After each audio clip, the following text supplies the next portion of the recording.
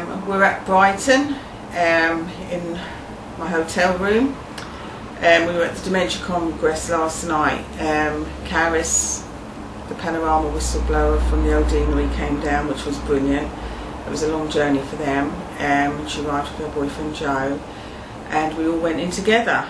I've never been to a congress before. I didn't know what to expect. I think as well, the big thing was that it was Bupa sponsored, and I was walking into a place that was hostile, and then there was the question, should I say who I am and include the Bupa thing, there was no doubt about that, because I'm proud to be a Bupa whistleblower.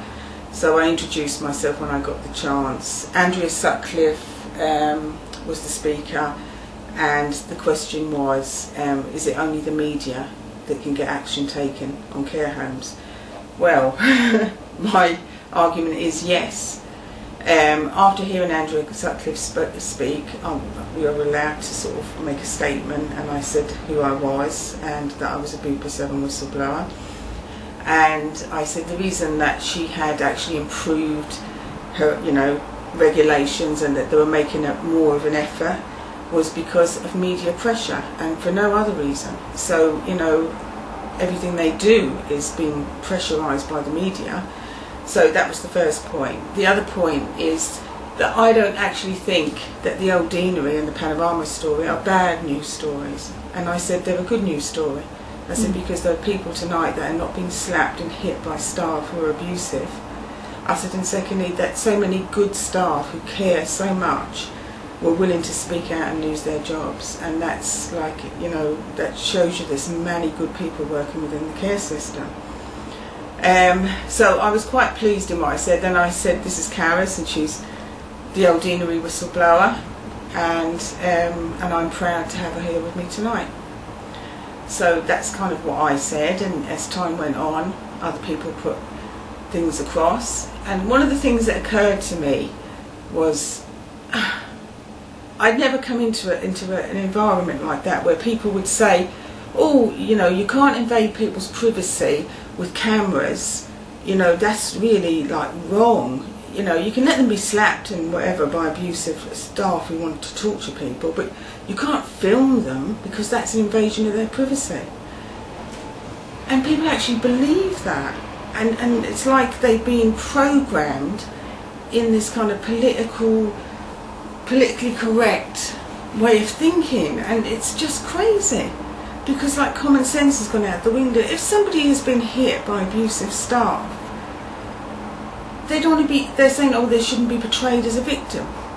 Well, I'm sorry, but if you're the person that's been hit by abusive staff, the last thing you worry about is your dignity or your privacy. You just want the pain to stop, and that is at the heart of what happens to people when they're in these situations and being abused.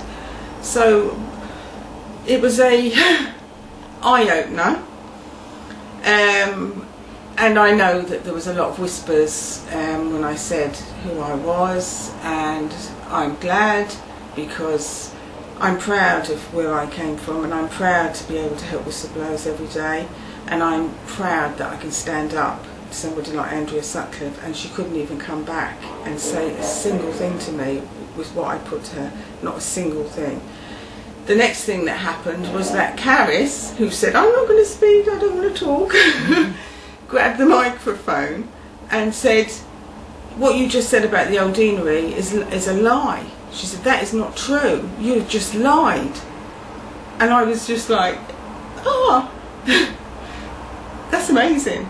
And it was just brilliant to be able to see somebody that was a cleaner in a care home banging her head against a brick wall trying to get someone to do something, in a situation where they challenged the head of the CQC inspection. And I was so proud of her, and I thought last night was absolutely worth going to. So today we're going to go down the front, and we're going to film a few more things, and we're going to speak to people and see what people think about the situation. So I shall be filming more later.